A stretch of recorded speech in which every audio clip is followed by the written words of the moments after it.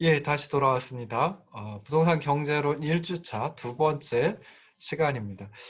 지난 첫 번째 시간에서는 부동산의 의미에 대해서 이제 생각을 해봤습니다. 이번 시간에는 부동산의 특성, 그리고 부동산 시장의 특성에 대해서 조금 길 것 같긴 한데요. 살펴보도록 하겠습니다. 자, 마찬가지로 첫 번째 강의안 띄워놓고서 진행을 하도록 하겠습니다. 자, 여기서부터 이제 시작하면 되죠. 그래서 이쪽입니다. 부동산의 특성은 뭐 여러 가지가 있을 수 있는데요. 일반적인 재화, 그러니까 생산물을 보통 재화 서비스라고 이제 표현을 하기도 하는데, 일반적인 재화와 달리 부동산이 갖고 있는 특성을 토지 위주로 이제 살펴보도록 하겠습니다. 토지와 또 건물은 이제 좀 차이가 많이 날 수 있는데요. 토지 위주로 살펴보는데 첫 번째 이제 공급의 고정성이라고 하는 특성이 있습니다. 그래서 뭐 간척 사업 등의 가능성이 있긴 하지만 요즘 국가에서 토지 면적은 거의 변화하지 않고요. 그 증감은 매우 적다라고 생각을 해볼 수 있습니다. 그러다 보니까 가격 변화에 상관없이 토지의 공급량이 변화하지 않는다라고 하는 특성은 토지에 대한 사상 그리고 토지에 대한 이론을 특징 짓는 주된 요인이 되고 있습니다. 뭐 토지는 이런데요. 주택 등의 건물은 공급량이 달라질 수 있죠. 그래서 건물은 이제 토지와 자본을 결합하여 생산할 수 있는 반면에 또 유지 보수를 하지 않으면 노후되거나 멸시될 수 있습니다. 이런 측면에서 보면 주택 등의 건물은 토지보다는 일반적인 재화, 즉 다시 말해서 그 중에서도 이제 내구재와 더 유사하다라고 생각해 볼 수 있습니다. 건물은 일반 재화에 비해서 이제 생산하는데 상당히 긴 시간이 소요가 되죠. 그래서 단기와 장기의 공급 반응이 크게 다르다라고 하는 어떤 성질을 또 가져오게 됩니다. 그래서 단기적으로는 토지와 같이 공급량이 거의 고정되어 있긴 하지만은 장기에는 신축 또는 노후화나 멸실 등으로 인해서 공급되는 양이 크게 변화될 수도 있습니다. 그렇기 때문에 주택 등의 건물을 논의할 때는 고려되는 시간을 명확히 해야 한다라고 하는 거 좀 유의하시면 좋을 듯 싶습니다.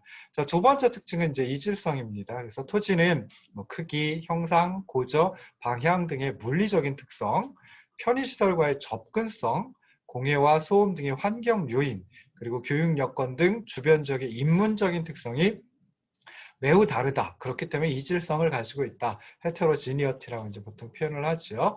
그런데 일반적인 재화는 쉽게 대체할 수 있고요. 그리고 또 어떤 경우에는 완전히 대체할 수 있을 정도로 유사한 성질을 가지고 있습니다. 그래서 그놈을 갖다가 이제 완전 죄송합니다. 완전 대체성 또는 뭐 대체 가능성, 대체성 뭐 이렇게 불러주기도 하고요.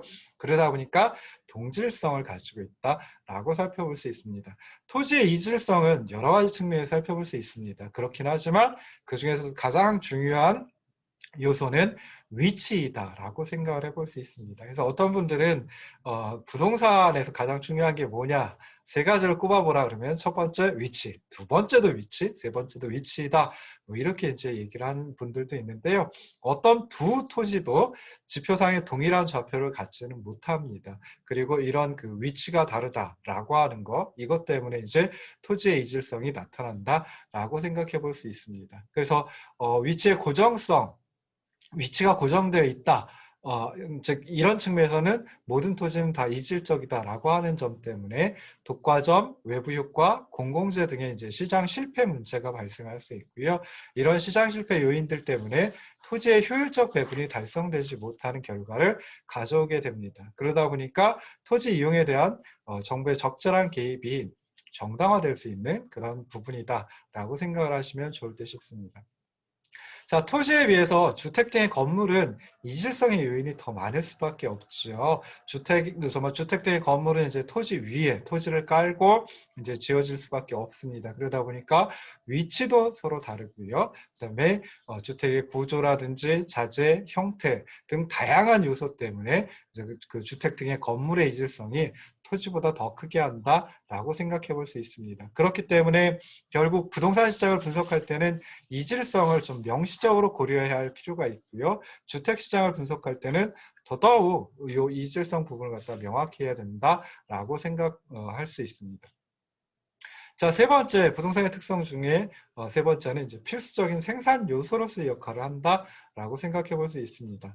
생산 활동을 한다든지 소비 활동을 한다든지 모두 토지를 요구합니다. 토지의 투입을 요구합니다. 그러다 보니까 토지는 인간 생존에 필수적인 생산 요소이다라고 생각해 볼 수 있습니다. 그렇기 때문에 토지 소유권 또는 이용권의 공평한 분배, 그리고 지가의 적정성, 이런 것들이 이제 형평성이라는 차원에서 중요한 문제로 부각되고 있다라고 생각해 볼 수 있습니다. 한편 생산 요소로서의 토지는 엄밀히 얘기하면 저량 개념의 토지 자체라기보다는 토지가 제공하는 유량 개념의 서비스의 형태를 취한다라고 생각해 볼 수 있습니다. 그러다 보니까 토지 사용자가 토지 자체를 써서 없애지 못한다라고 하는 점에서 토지는 소비재나 생산재보다는 공장, 기계 등의 자본재와 유사한 성격을 가지고 있다라고 생각해 볼 수 있습니다.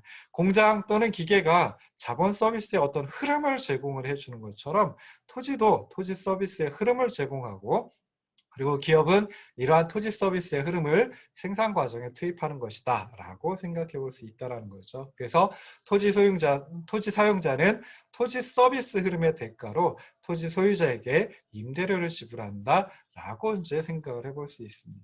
마찬가지로 이제 주택도 주거 서비스를 제공하는 자본주의 역할을 한다라고 생각해 볼 수 있고요. 그러다 보니까 주거 서비스 제공에 대한 대가로 임대료를 지불한다라고 생각해 볼 수 있습니다.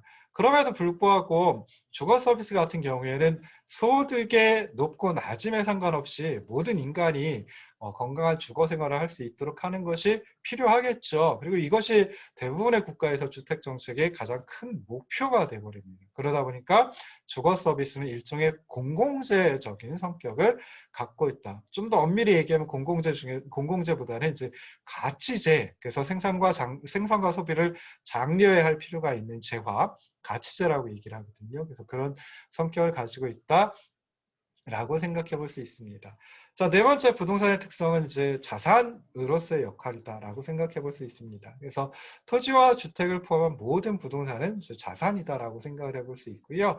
부동산 자산은 개인이 가지고 있는 부의 가장 중요한 구성 요소이고 또 소득의 원천이 되기도 합니다.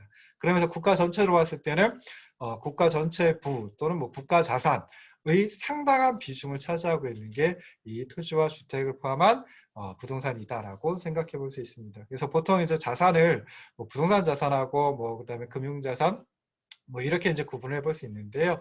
그런데 부동산 자산이 전체 국가의 자산 중에 차지하고 있는, 국부 중에 차지하고 있는 비중이 거의 한 70%, 우리나라 같으면 70% 정도에 이른다라고 생각해 볼 수 있습니다. 그래서 부동산 시장은 그 국가의 상황 그리고 국제적인 자산 시장 동향에 영향을 굉장히 크게 받을 수 있다라고 하는 점도 고려하시면은 좋을 듯 싶습니다. 그래서 뭐 예를 들어가지고 IMF 1997년에 IMF 구제금융 위기라든지 또는 2008년에 미국발 주택금융 위기라든지 이럴 때 이제 부동산 시장, 특히 이제 부동산 가격이 굉장히 크게 이제 하락을 하기도 했었죠.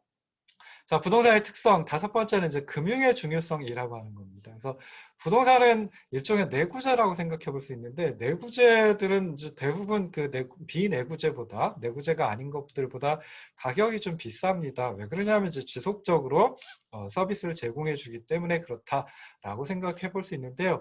그 중에서도 부동산은 내구재 중에서도 굉장히 고가이다라고 생각해 볼 수 있습니다. 그러다 보니까 수요 측면, 공급 측면 이 두 가지 측면 모두에서 금융의 중요성이 강조될 수밖에 없다. 자금의 융통, 금융의 중요성이 강조될 수밖에 없다라고 생각해 볼 수 있습니다. 수요 측면에서 보면 이제 주택은 가계가 구입하는 재화들 중에 가장 비싼 재화, 가장 비싼 내구재라고 생각을 해볼 수 있고요.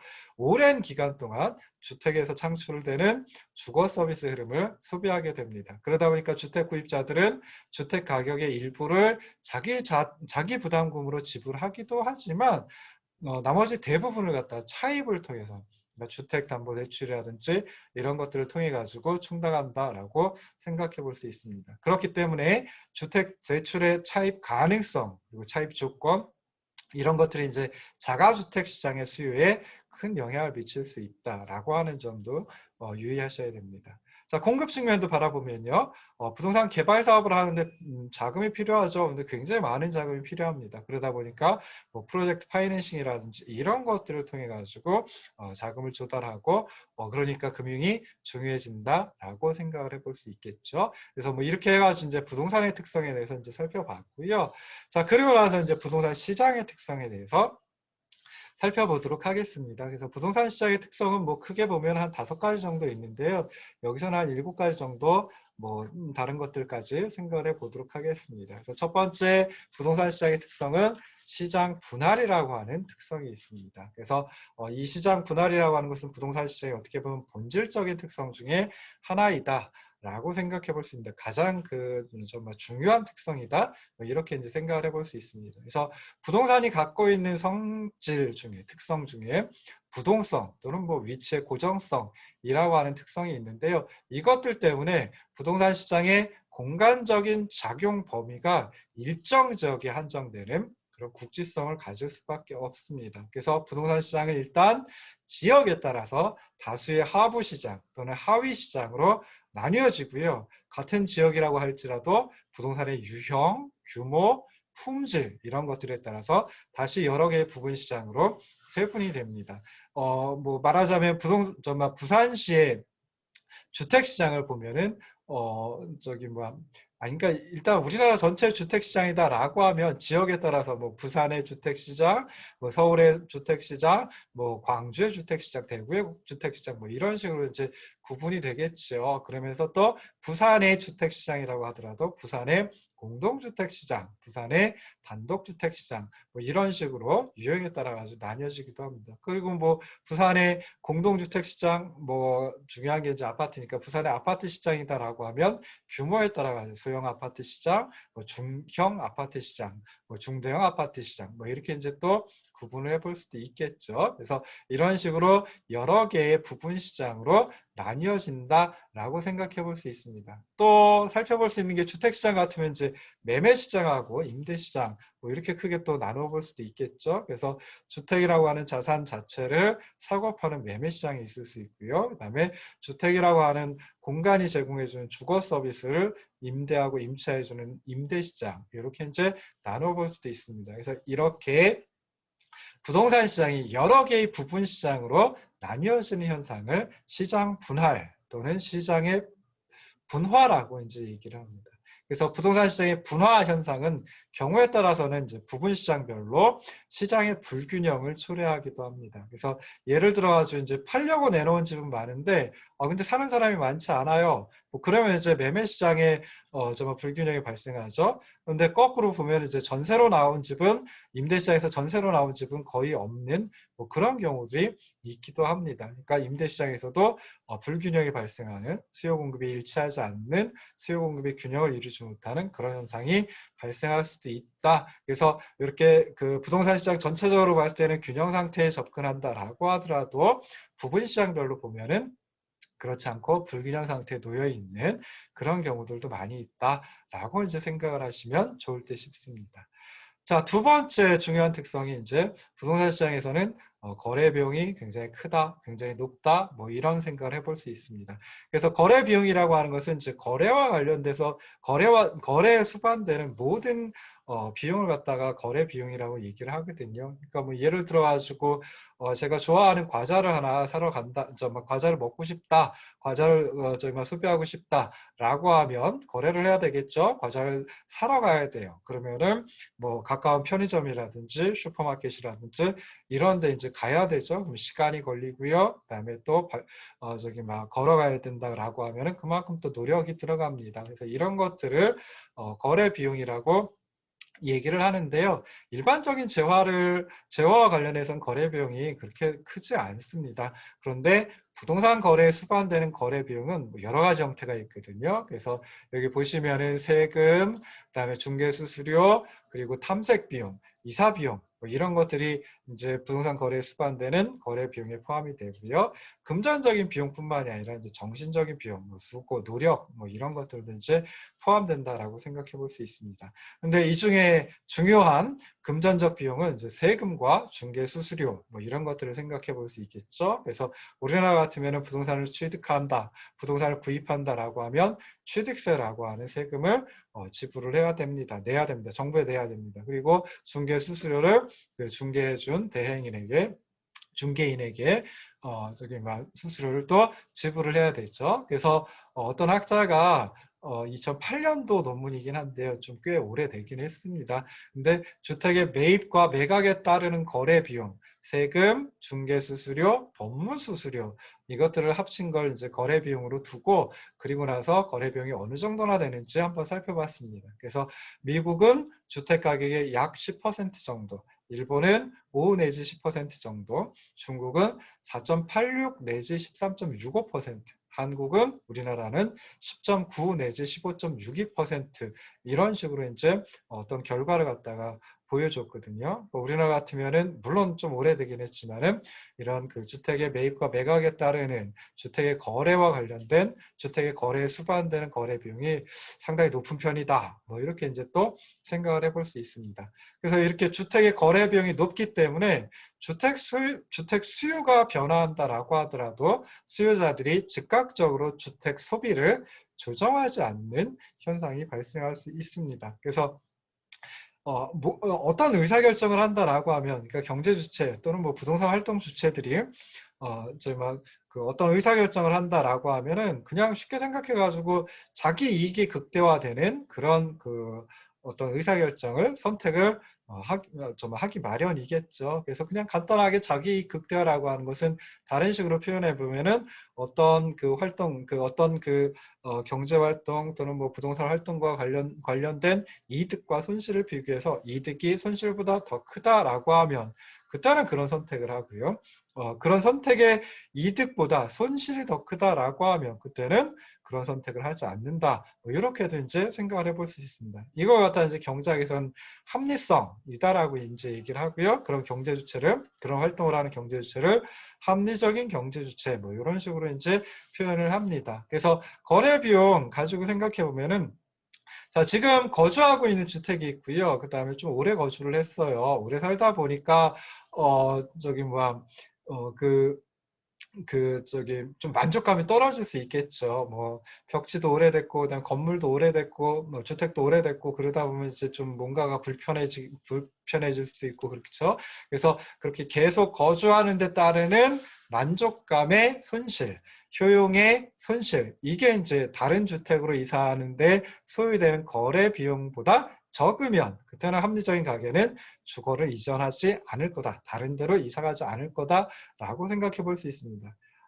그냥 다시 생각을 해보면요. 만약에 주거를 이전한다, 즉 다른 곳으로 이사를 간다라고 하면은 그러면 이제 지금보다 조금 더 나은, 편리한 그런 곳으로 이사를 가려고 그러겠죠. 그러다 보면은 만족감이 커지게 됩니다. 그래서 이게 주거 이전의 어떤 이득이다라고 생각해 볼 수 있어요. 근데 주거 이전을 한다라고 하면은 거래 비용이 들어가죠. 아까 말씀드린 세금, 중개 수수료 뭐 이런 것들이 들어가요. 그래서 거래 비용이 발생하고 그 거래 비용이 상당히 클 수 있습니다. 그래서 이득인 만족감의 증가와 그리고 손실인 거래 비용 그 둘을 비교해 가지고 만약에 만족감의 증가가 거래 비용보다 크다, 이득이 손실보다 크다라고 하면 그때는 주거 이전을 다른 데로 이사를 가려고 하게 되겠죠. 근데 그렇지 않으면 즉 이득보다 그러니까 만족감 효용의 증가보다 오히려 거래 비용이 더 크다라고 하면 그때는 주거 이전을 하지 않는 즉 다른 곳으로 이사를 가지 않는 그런 결정을 그런 선택을 할 것이다 라고 생각해 볼 수 있습니다. 그래서 주택의 거래 비용이 높기 때문에 주택 수요가 변화한다라고 하더라도 수요자들이 즉각적으로 주택 소비를 조정하는 것만은 아니다라고 생각해 볼 수 있습니다. 자, 세 번째 부동산 시장의 특성은 공실의 존재라고 하는 겁니다. 그래서 엄밀하게 얘기하면 부동산 시장에서는 균형 상태에서도 공실이 존재할 수 있다라고 하는 특성입니다.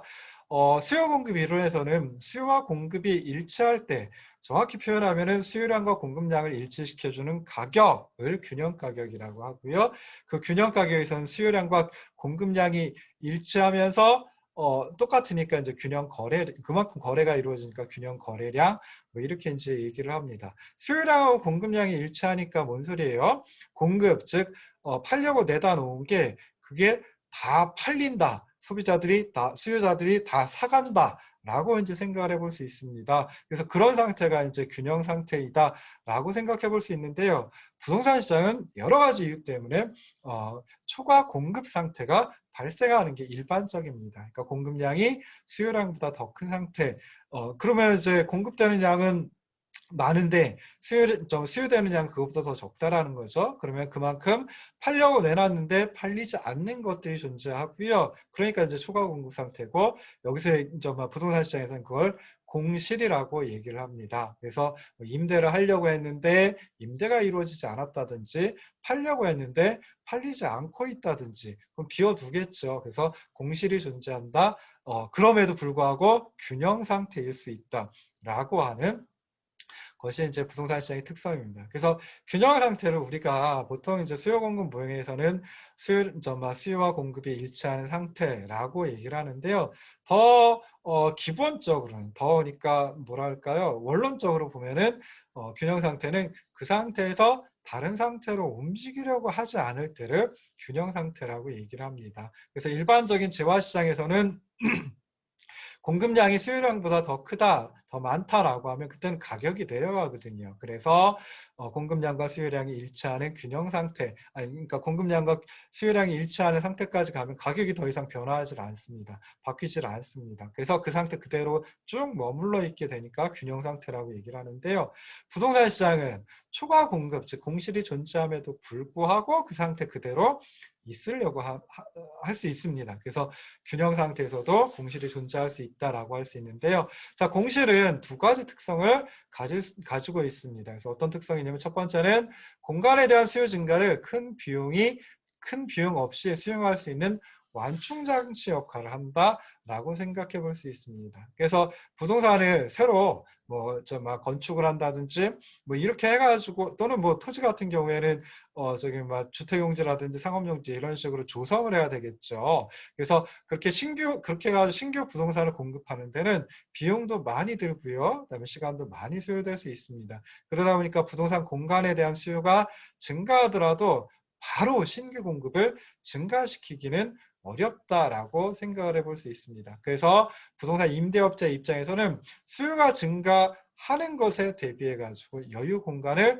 보유하는 것이 이제 바람직할 수 있습니다. 그래서 그런 의미에서 수요 증가를 큰 비용 없이 수용할 수 있는 완충 장치 역할을 한다. 뭐 이렇게 생각해 볼 수 있습니다. 그리고 두 번째로 공실은 공간의 수요자들이 공간 탐색을 쉽게 할 수 있게 하면서요. 그래서 공간 수요와 공급을 원활하게 연결되도록 하는 기능을 수행한다라고 생각해 볼 수 있습니다. 그래서 부동산 그 각각의 물건을 보면은 조금씩 차별적이죠. 이질적이죠. 그리고 수요자들의 선호도 이제 다양합니다. 그래서 수요자가 찾는 물건과 그리고 공급자가 공급하려고 하는 부동산 물건이 서로 일치되지 않는 경우가 훨씬 더 많겠죠. 그래서 수요자가 원하는 부동산 공간을 구하기 위해서 이제 탐색을 해야 되는데요. 그 탐색이 가능하기 위해서는 어느 정도의 공실이 존재해야 한다라고 생각해 볼 수 있습니다. 그래서 공실이 존재하는 두 가지 이유, 공실의 역할, 뭐 그런 걸 이제 생각해 봤는데,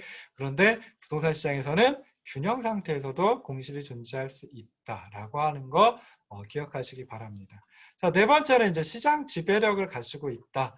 라고 하는 게 부동산 시장의 특성입니다. 그래서 부동산 시장의 수요 측면에 참여하는 수요자 그리고 공급 측면에 참여하는 공급자 모두 어느 정도의 시장 지배력을 갖고 있습니다. 그래서 잠재적인 구매자와 그리고 잠재적인 매도자 그러니까 매입자와 매도자 뭐 이렇게 이제 표현해도 되겠죠. 그래서 그 둘이 이제 연결돼 가지고 서로 이제 흥정을 하고요. 뭐 이걸 좋게 표현하면 협상을 하고요. 그래 가지고 거래 가격이 결정되는데요.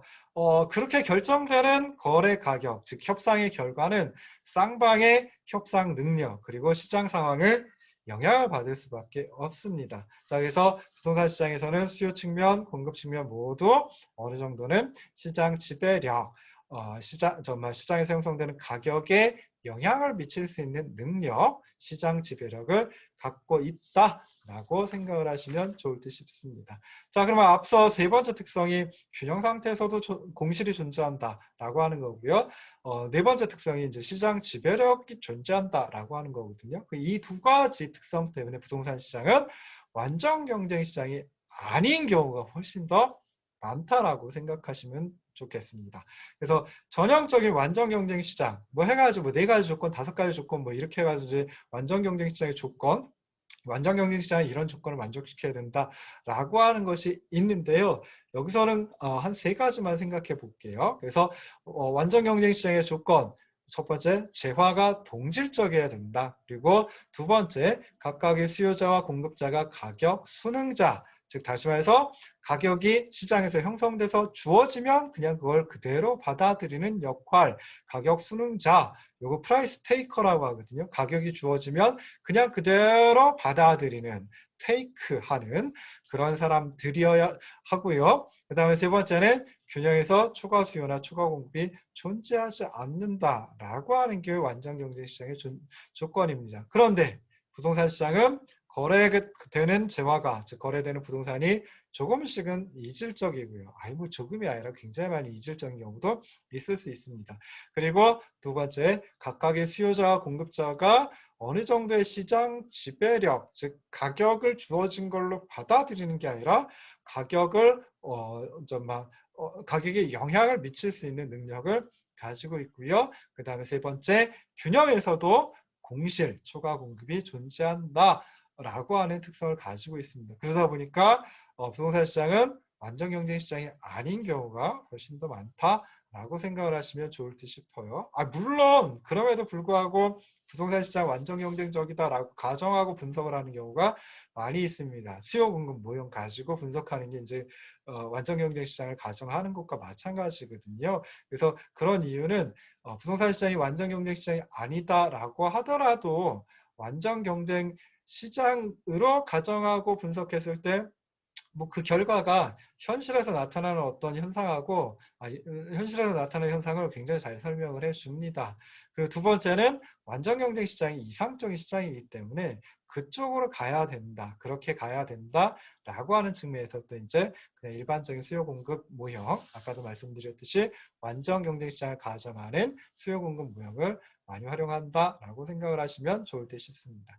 자, 다섯 번째 특성은 가격 및 수량 조정의 어려움이다라고 하는 요게 이제 다섯 번째 부동산 시장의 특성입니다. 조금 이제 이해하기 어려운 부분도 있을 수 있는데요. 자, 수량 측면에서는 좀 쉽게 생각을 해볼 수 있습니다. 그래서 수량 측면에서 부동산 시장에서 신규 공급되는 규모는 보통은 이제 기존의 부동산 재고, 그러니까 신규로 공급되는 것은 그러니까 뭐 주택을 신축한다든지 건물을 신축한다든지 뭐 주택 용지 토지를 새로 만든다든지 하는 거 이거 좀 쉽지 않거든요. 그래서 보통은 이제 기존의 부동산 재고에 비해서는 신규 공급 규모가 상당히 작습니다. 그러다 보니까 이제 부동산 재고 지금 쌓여 있는 거 재고 그러면 이제 서서히 증가할 수밖에 없고요. 그래서 특정한 시점에서 부동산이 제공하는 공간 서비스는 주로 기존 건물의 재고에서 창출되는 경우가 많다라고 생각하시면 좋을 듯 싶습니다.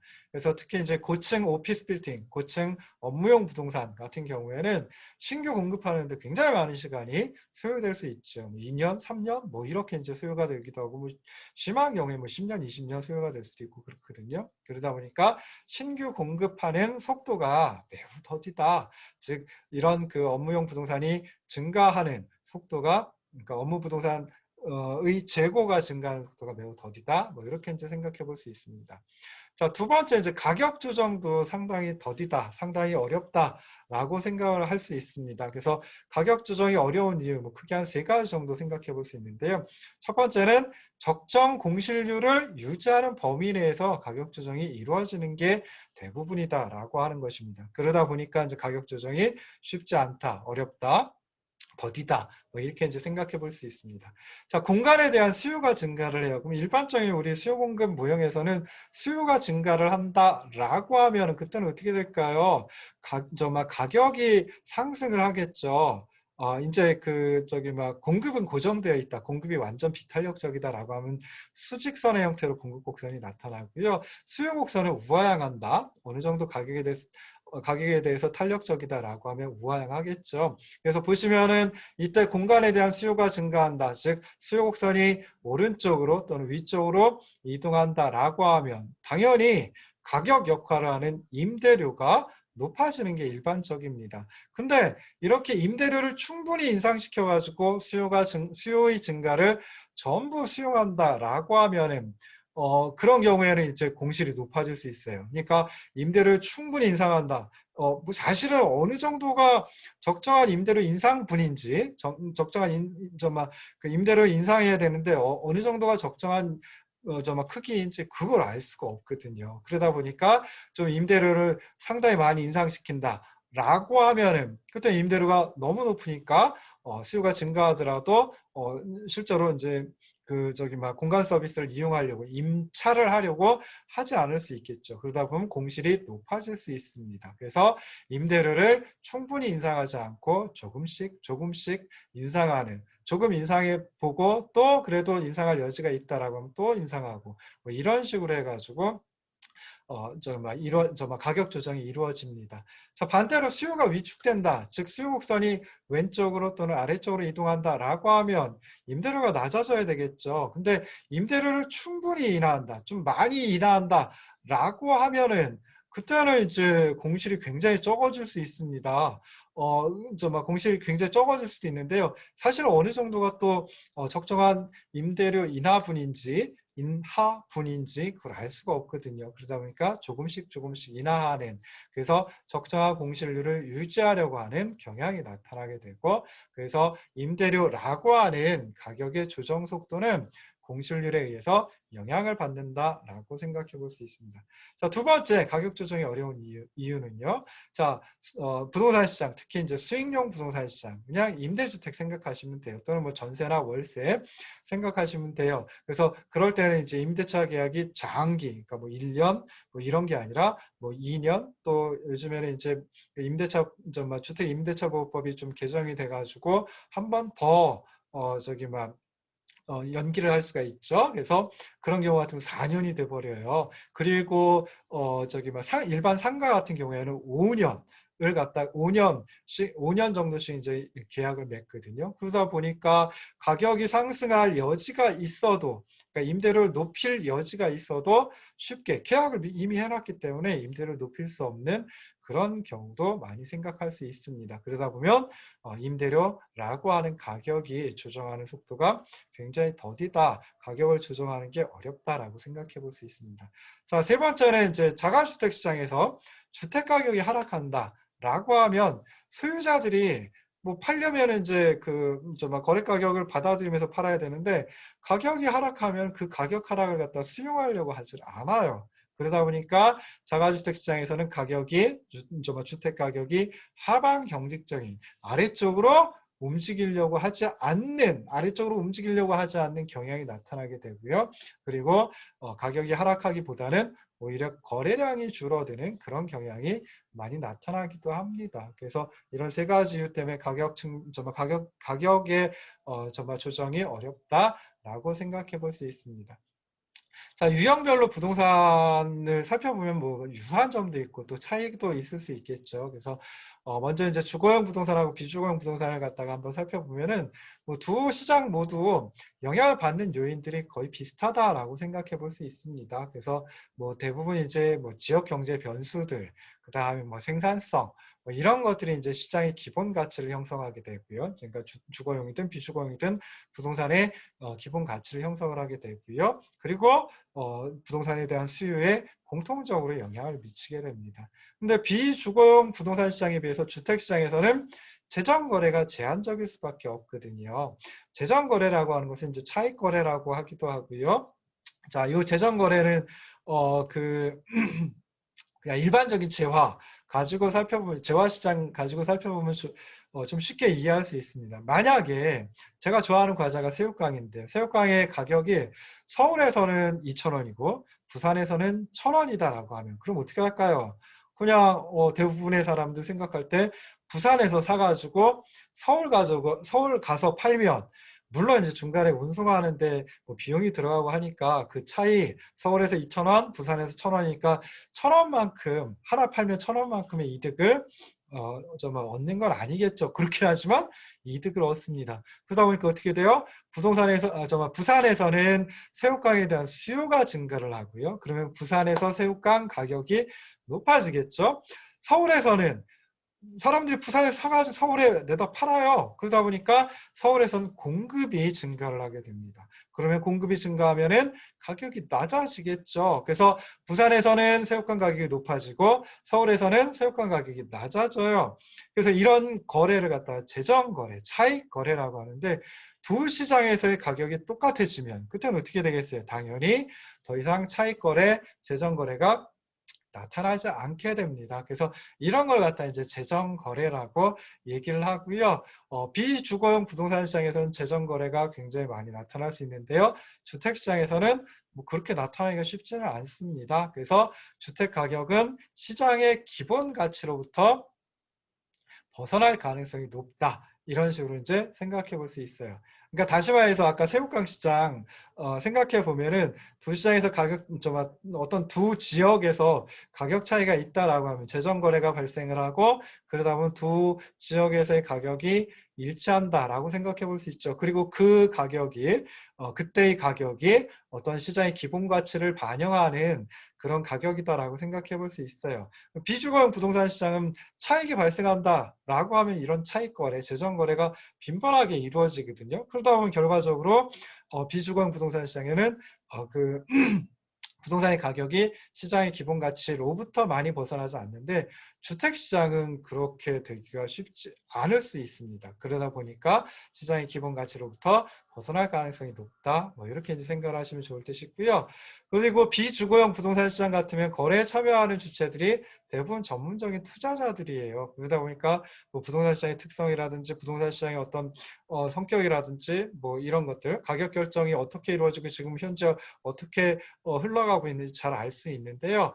자가주택 시장은 주로 주택의 소유자들이 참여를 하겠죠. 그러다 보니까 좀 아무래도 비전문가들, 요즘은 좀 안 그런 것 같기는 해요. 그렇긴 하지만 아무래도 비전문가인 자가주택 보유자들, 보유 가액에 의해서 주도가 되기 때문에 좀 심리적인 요인의 영향을 많이 받는다라고 생각해 볼 수 있습니다. 자, 한편 이제 토지를 갖다 생각해 보면 토지는 한번 개발하고 나면 개발 이전의 상태로 되돌리는 게 상당히 어렵습니다. 불가능하기도 하죠. 그래서 이런 특성을 갖다 이제 불가역성이라고 되돌리기 어려운 특성이다라고 이제 얘기를 합니다. 그래서 토지 개발은 어떻게 보면 좀 시장 상황에 영향을 받는데 시장 상황이 좀 불확실성이 많을 수밖에 없죠. 그래서 한번 개발을 하고 한 번 어떤 용도로 개발하고 나면은 다시 애초의 상태, 원래의 상태 또는 다른 용도로 변화시키는 게 이게 쉽지 않습니다. 그래서 일단 토지를 어떤 용도로 특정한 용도로 개발하고 나면은 미래의 상황 변화에 대응하기 어렵다라고 생각해 볼 수 있습니다. 그러다 보니까 아직 개발되지 않은 토지, 이놈을 소지라고 또 이제 보통 얘기를 하거든요. 그래서 개발되지 않은 토지의 가격에는 미래에 개발할 수 있는 옵션 가치가 포함된다라고 생각을 해볼 수 있습니다. 그래서 미개발 토지, 소지 같은 경우에는 미래 시점에 일정한 건축 비용을 지불하고 개발된 건물이라는 실물 자산을 구입할 수 있는 권리를 내포하고 있는데요. 그래서 뭐 실물 옵션이라고도 이제 생각을 해볼 수 있습니다. 자, 마지막으로 부동산 경기 변동에 대해서 생각해보고 끝마치도록 하겠습니다.